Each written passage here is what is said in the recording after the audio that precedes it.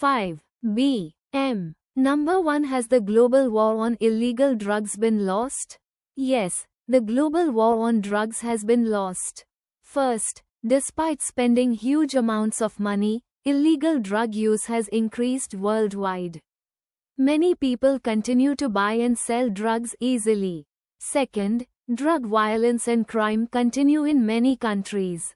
Criminal groups have become stronger and richer because of illegal drug sales. Governments struggle to control them. Clearly, current strategies have failed, and a different approach is needed to handle the global drug problem more effectively. Yes, it has been lost. First, drug use is still common in schools and universities, showing that prevention programs have not succeeded. Young people easily access drugs. Second, prisons around the world are full of drug users and small-time sellers, but big criminal leaders often remain free. This situation proves the drug war has unfairly punished ordinary people without solving the main issue. New methods, like treatment and education, should replace failed drug war policies. Yes, unfortunately, the war on drugs has failed globally. First, illegal drug markets remain strong because demand has not decreased. People still use drugs despite strict laws and harsh punishments. Second, the money governments spend on fighting drugs could be better used on healthcare and education. These areas are often ignored because of drug enforcement costs. The continuous presence of illegal drugs everywhere clearly shows that the global effort against them has not been successful. Yes, the war on drugs is lost. First, illegal drug production has actually increased, especially in countries where it's already widespread. Governments have not reduced drug production at all. Second, drug addiction rates remain high in many societies. People who want help often can't get it because resources go toward punishment, not treatment. This approach doesn't help drug users or reduce drug problems, proving that the current strategy has failed badly around the world. Yes, first, many countries have extremely high levels of violence and crime directly linked to illegal drugs. Efforts to stop drug-related violence haven't worked effectively. Second, drug laws mainly punish users, not the powerful criminal organizations behind drugs. Real solutions require stopping the leaders who control the drug trade. Because these problems continue despite decades of effort, it's clear the global drug war hasn't worked and needs major changes in strategy. Yes, the global war on drugs has been lost. First, drug markets have expanded globally, even reaching new areas that were once safe. People now find illegal drugs more easily everywhere. Second, strict drug laws often create more harm, like corruption among police and politicians. This damages trust in government and society. The continued popularity of illegal drugs and corruption linked to them show clearly that the war on drugs has failed, and new solutions must be tried. No, the global war on drugs is not lost. First, many countries have successfully reduced drug use through strict laws, education, and treatment programs. People now understand drug dangers better. Second, international cooperation between police and governments has improved greatly. Many drug traffickers have been arrested, weakening criminal groups. Although some challenges remain, the overall situation has improved significantly in recent years, showing that current efforts against drugs have been at least partly successful. No, the drug war hasn't been lost completely. First, many young people today are aware of the dangers of drugs because of education in schools. Effective campaigns have stopped many from trying drugs. Second, governments have disrupted many drug trafficking networks. Even though some drugs are still sold, drug dealers now face higher risks of arrest. This shows that global efforts have at least made drug dealing more difficult and risky than before. No, first, Global awareness about drug abuse is higher than ever. People now understand clearly the serious consequences of drug use because of continuous global campaigns. Second, treatment programs have improved and are helping many addicts recover worldwide. Countries that focus more on healthcare and rehabilitation have shown success in reducing drug-related problems. This progress indicates the global war on drugs, while challenging, has certainly not been entirely lost and continues to achieve positive results. No, the global war on drugs has not been lost. First, global drug cooperation among countries has led to significant arrests of criminals, slowing drug supply chains. These successes weaken criminal organizations. Second, new technologies help police find drugs and traffickers more easily. Better monitoring at airports, borders, and ports has decreased drug smuggling significantly.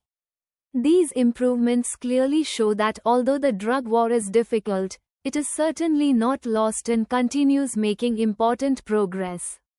No. First, laws against illegal drugs help prevent many young people from starting drug use.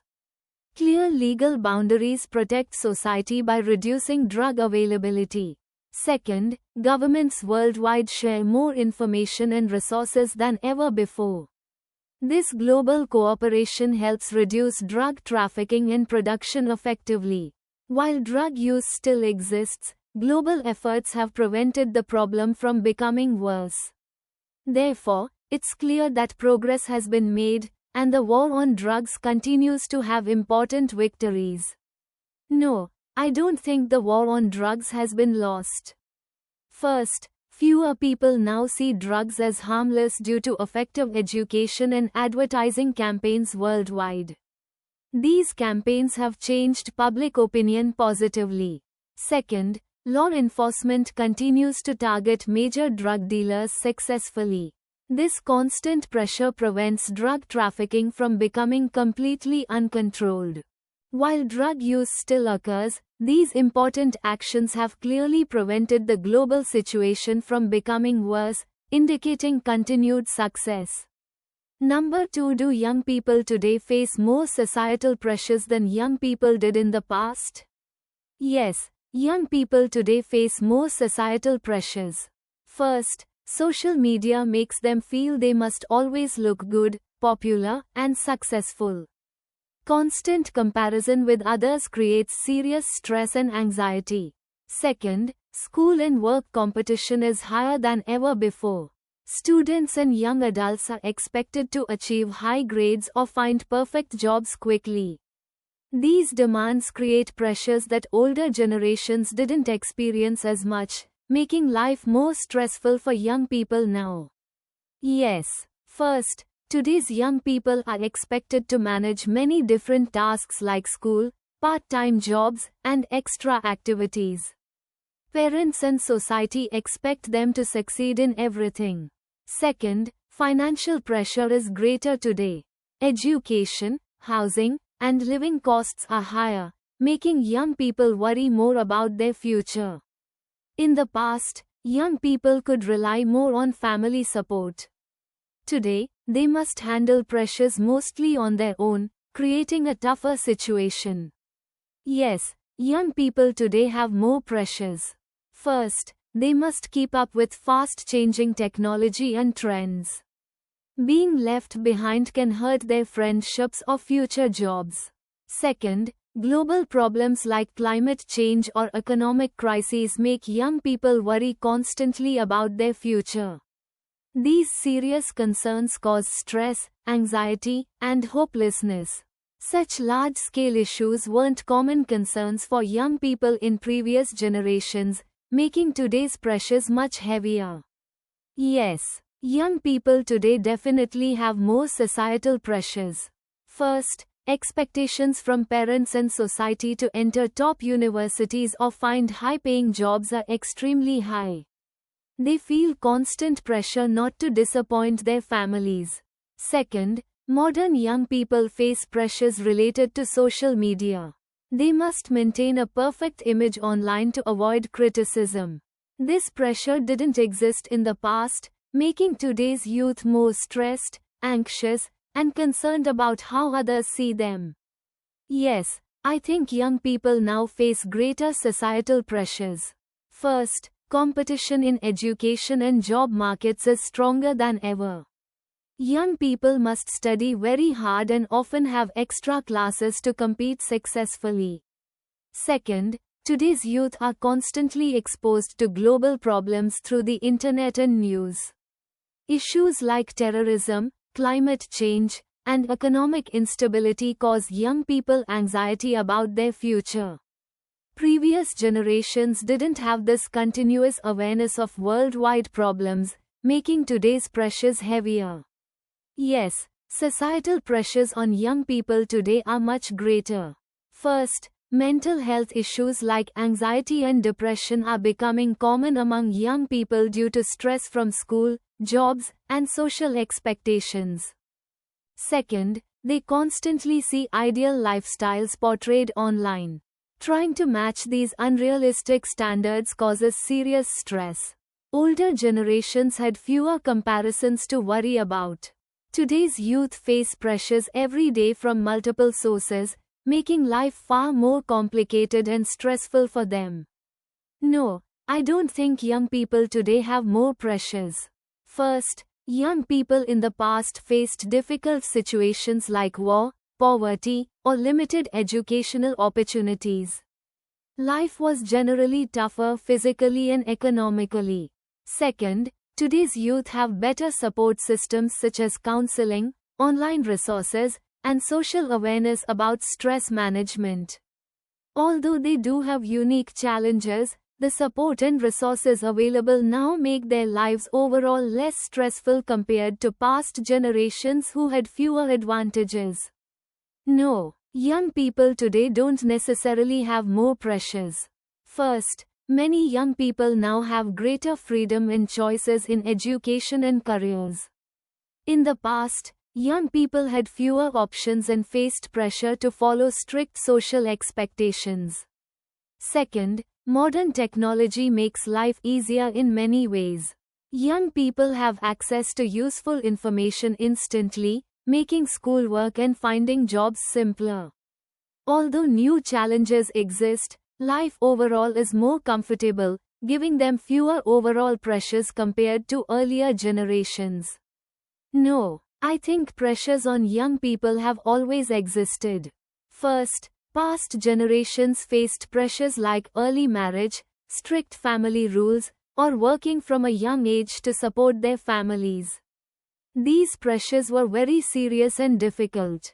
Second, today's young people often have better opportunities, such as higher education, travel, and various career choices. Even though they face modern pressures, previous generations had equally difficult situations. Therefore, pressures are just different, not greater than before. No, societal pressures today aren't greater. First, young people now benefit from better communication and support networks, like online communities and help centers.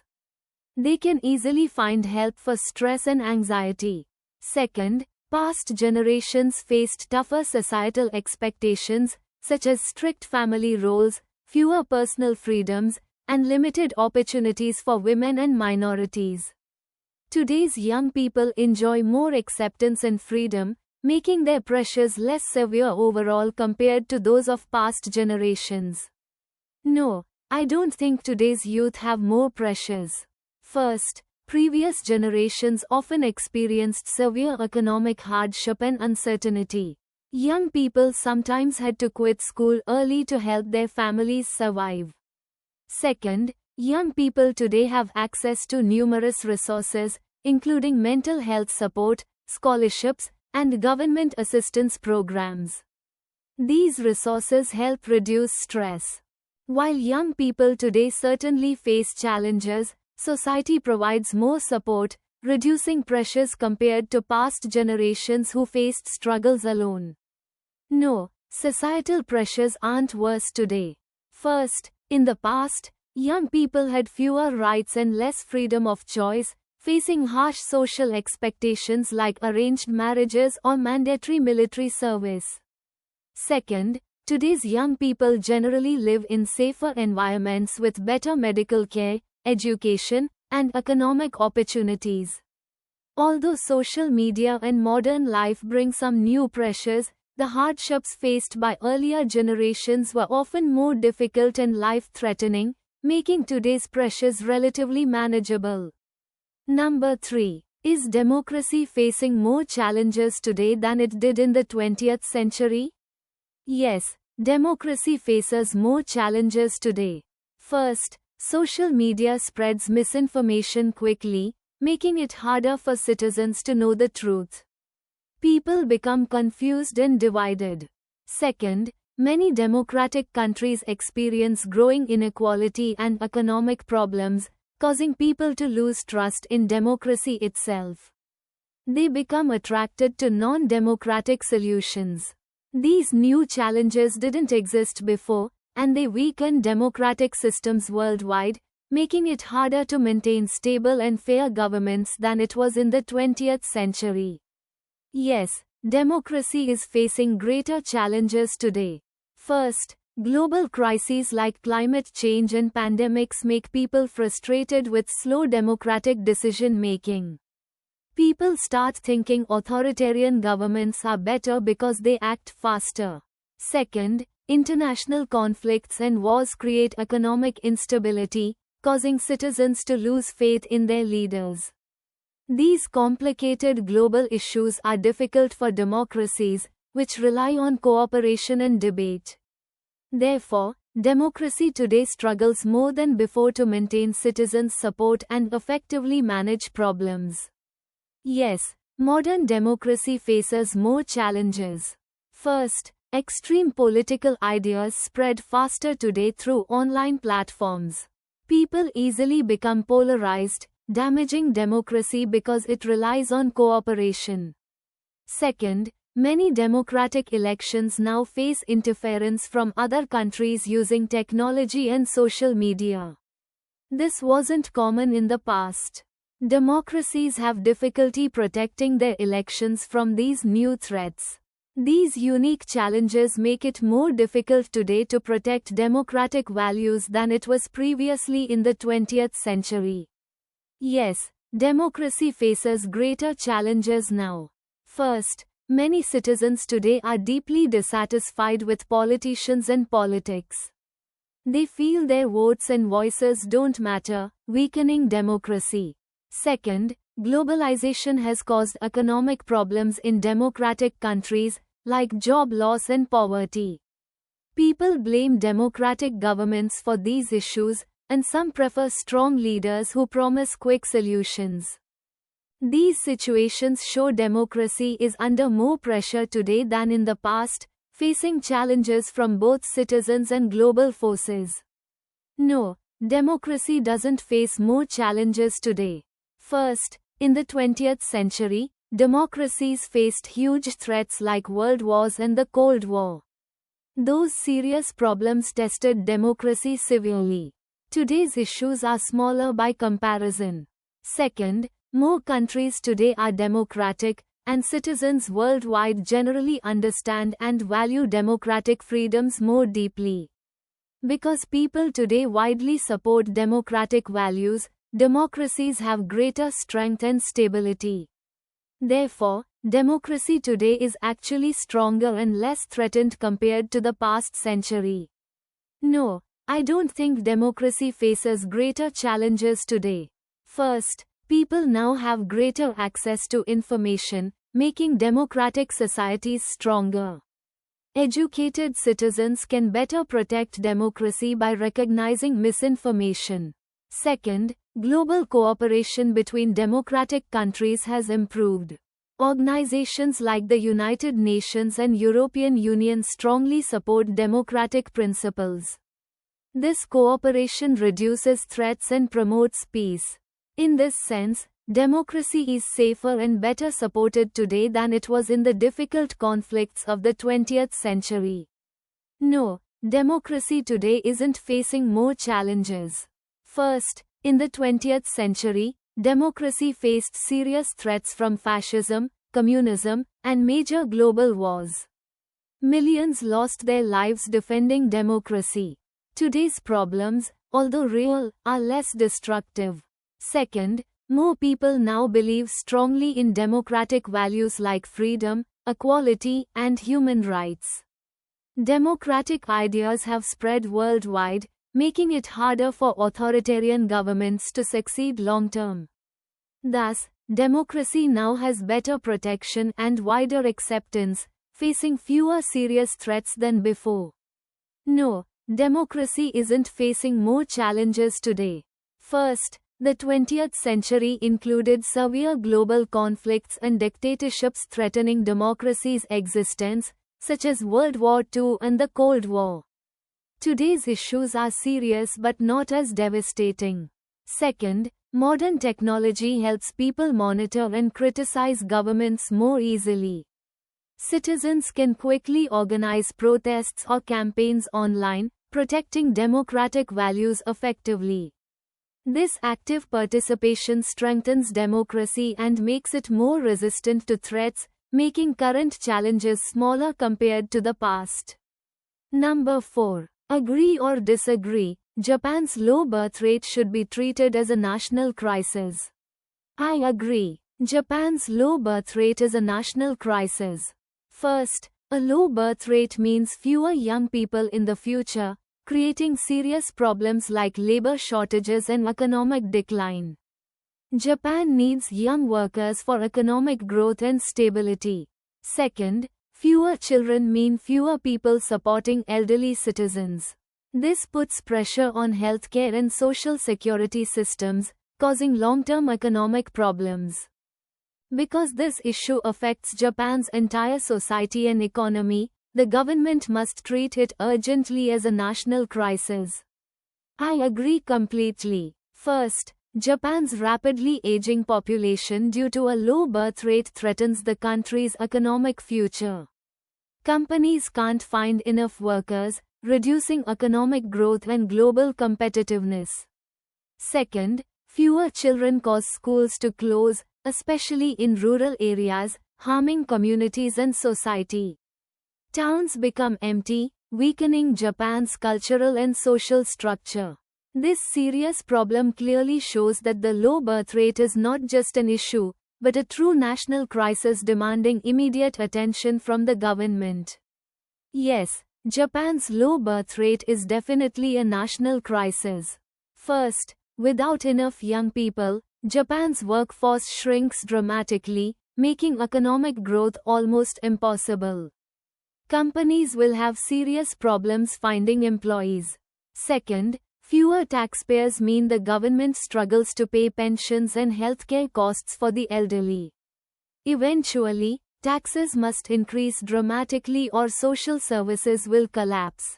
These dangerous consequences clearly indicate the birth rate problem is critical enough to be treated urgently as a national crisis. Yes, I strongly agree. First, Japan's low birth rate will drastically reduce population and weaken the economy. With fewer young people working and paying taxes, public services become impossible to maintain. Second, declining birth rates lead to smaller families, changing social life negatively. Many communities, schools, and cultural events will disappear, damaging society permanently. The seriousness of these effects means Japan's government must treat the low birth rate as a national crisis and respond with strong policies to encourage higher birth rates. I disagree. The low birth rate in Japan isn't a crisis. First, Japan can solve workforce shortages through immigration or technology like robots and automation. Other countries successfully use these methods to handle similar problems. Second, fewer people can mean less pollution and more comfortable living conditions in cities. Smaller populations could lead to better life quality and less environmental stress. Thus, the low birth rate can be managed effectively without treating it as a serious national crisis. No, Japan's birth rate isn't a national crisis. First, it's a natural result of changing lifestyles and personal choices. People choose smaller families for personal reasons, and governments shouldn't force people to have more children. Second, the economy and society can adapt. Increased technology, immigration, and policy changes can effectively manage population decline. Japan should address the issue calmly, with practical steps rather than panicking and labeling it as a national crisis unnecessarily. I disagree. Low birth rates aren't necessarily a crisis. First, Japan already has advanced technology to solve problems related to a smaller workforce, such as robots and artificial intelligence. Second, lower birth rates are common in many developed countries. Japan can learn from successful strategies in other nations, like encouraging immigration or improving productivity.